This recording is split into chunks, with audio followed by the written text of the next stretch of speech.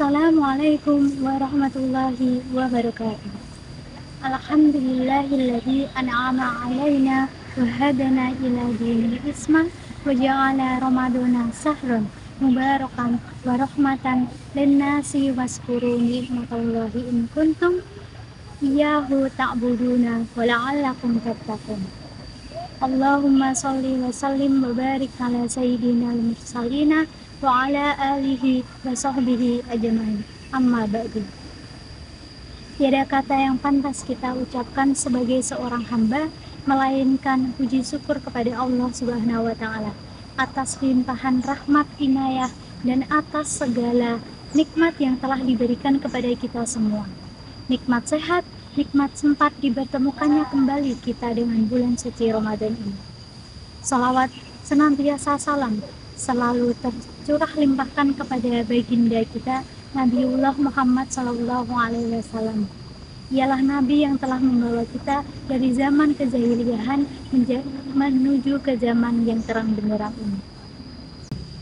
Teman-teman sekalian, terdapat suatu hal yang patut kita syukuri saat ini, ialah dibertemukannya kembali kita dengan bulan suci Ramadan, yang mana bulan ini merupakan bulan yang dinanti-nantikan oleh seluruh umat Islam di seluruh dunia. Bulan yang memiliki banyak sekali fadilah-fadilah. Pahala ibadah dilipat gandakan, pintu-pintu surga terbuka luas, dan pintu neraka tertutup dengan rapat. Selain itu, bulan Ramadan juga merupakan bulan pengampunan Allah Subhanahu wa taala sebagaimana sabda Rasulullah SAW. Masoma Ramadana imanan wahtisaban ghufirallahu ma taqaddama min dzanbi, yang artinya barang siapa yang berpuasa di bulan Ramadan atas dasar iman dan mengharapkan pahala Allah Subhanahu wa taala, maka dosanya yang telah lalu akan dihapuskan. Hadis riwayat Bukhari Muslim. Masya Allah, terdapat banyak sekali kemuliaan di bulan Ramadan ini. Namun teman-teman sekalian, walaupun begitu, ternyata terdapat segelintir hamba Allah yang akan merugi di bulan Ramadan ini. Sebagaimana yang telah diriwayatkan oleh Imam Ahmad menceritakan bahwa suatu ketika Rasulullah akan melaksanakan khutbah Jumat. Rasulullah dikala itu akan menaiki suatu mimbar, yang mana mimbar tersebut terdapat 3 anak tangga. Dan di setiap kali Rasulullah menaiki mimbar tersebut atau menaiki anak tangga tersebut, Rasulullah selalu mengucapkan amin.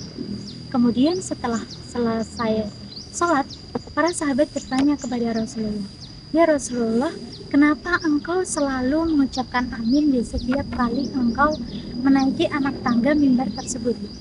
Kemudian Rasulullah menjawab, "Aku mengatakan amin pada anak tangga pertama karena malaikat Jibril membisikkan, celakalah dan merugilah orang yang mendengar namamu Muhammad namun ia tidak bersolawat." Kemudian pada anak tangga kedua, celakalah dan merugilah orang yang tinggal bersama kedua orang tuanya namun ia tidak dapat membawa kedua orang tuanya masuk surga. Kemudian pada anak tangga yang ketiga, malaikat Jibril membisikkan, celakalah dan merugilah orang yang berpuasa pada bulan Ramadan namun Allah tidak mengampuni dosa-dosanya. Nauzubillah min dzalik ya teman-teman. Lalu siapa sih orang yang telah melakukan ibadah puasa ini namun Allah tidak mengampuni dosa-dosanya?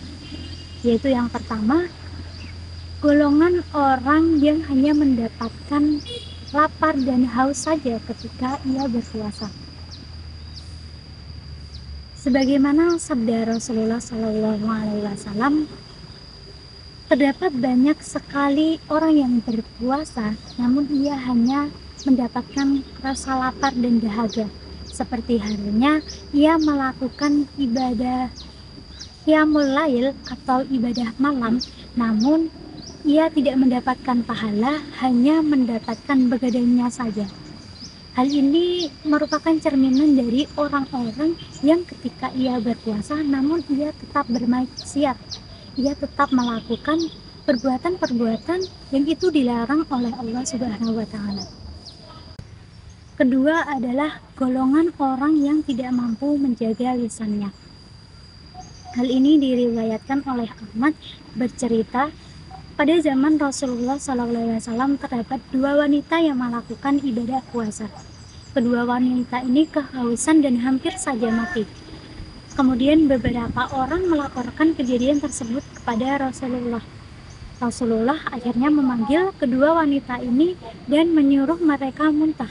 Bersamaan dengan muntah itu keluar nanah, darah, dan daging manusia.